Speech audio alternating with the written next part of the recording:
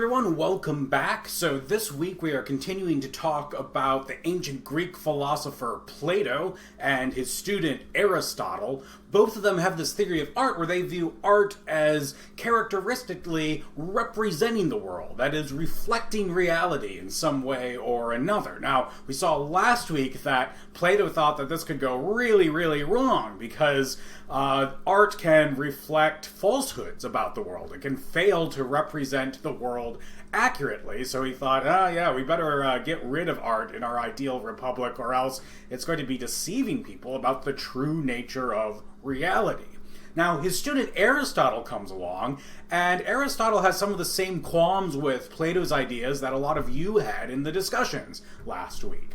Now, in his reading from the Poetics that I've given you, which is kind of his lecture notes on his idea of what makes for a good tragedy, and by a tragedy there he means a kind of play. It was really a musical that was performed in Athens at his time.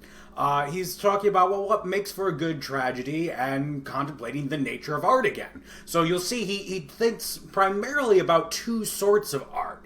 So he thinks about poetry, in particular epic poetry on the one hand. So these are the things like the Iliad and the Odyssey, these very long poems which had been written down by Aristotle's time, but had been passed down for thousands of years orally by people reciting these poems. So oftentimes you'd have someone called a rhapsode out in the marketplace who would recite these long poems, these stories about how some of the ancient Greeks went and fought at Troy, and then how Odysseus, who had fought at Troy, came back to his native land and overthrew all the people who were kind of overtaking his home.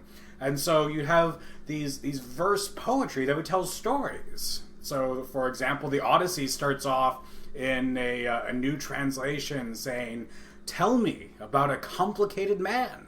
Muse, tell me how he wandered and was lost when he had wrecked the holy town of Troy, and where he went, and who he met." And then the poem goes on to tell all the stories about who he met and where he went, as he took this long odyssey, this long journey from Troy back to his home.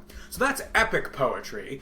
But then there's tragedy, which is what Aristotle is primarily concerned with in this passage that I gave you. And tragedy are these long, not particularly long, but these plays that were performed with actors and a chorus that danced and sung music.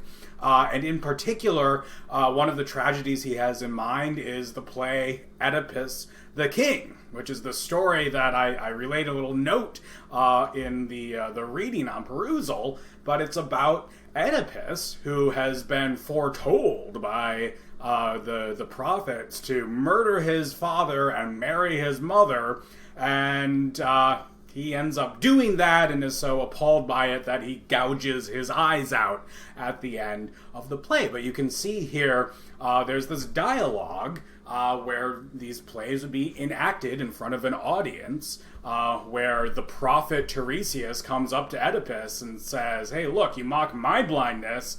Let me tell you this. You, with your precious eyes, you're blind to the corruption of your life." So Tiresias the prophet is saying, "Hey, Oedipus, you killed your dad and you're fucking your mom right now. You don't realize it, but you're blind to it." And that's Oedipus's tragedy, that he realizes at the end of the play, oh, that's true. But here he's telling telling Tiresias the prophet to just get out. That's ridiculous. I haven't killed my dad and married my mom. Come on.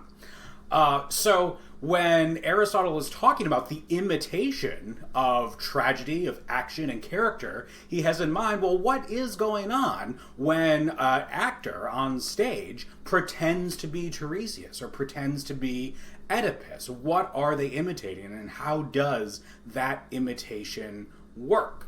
Now, Aristotle, like we said, thinks that this imitation can actually be a really good thing.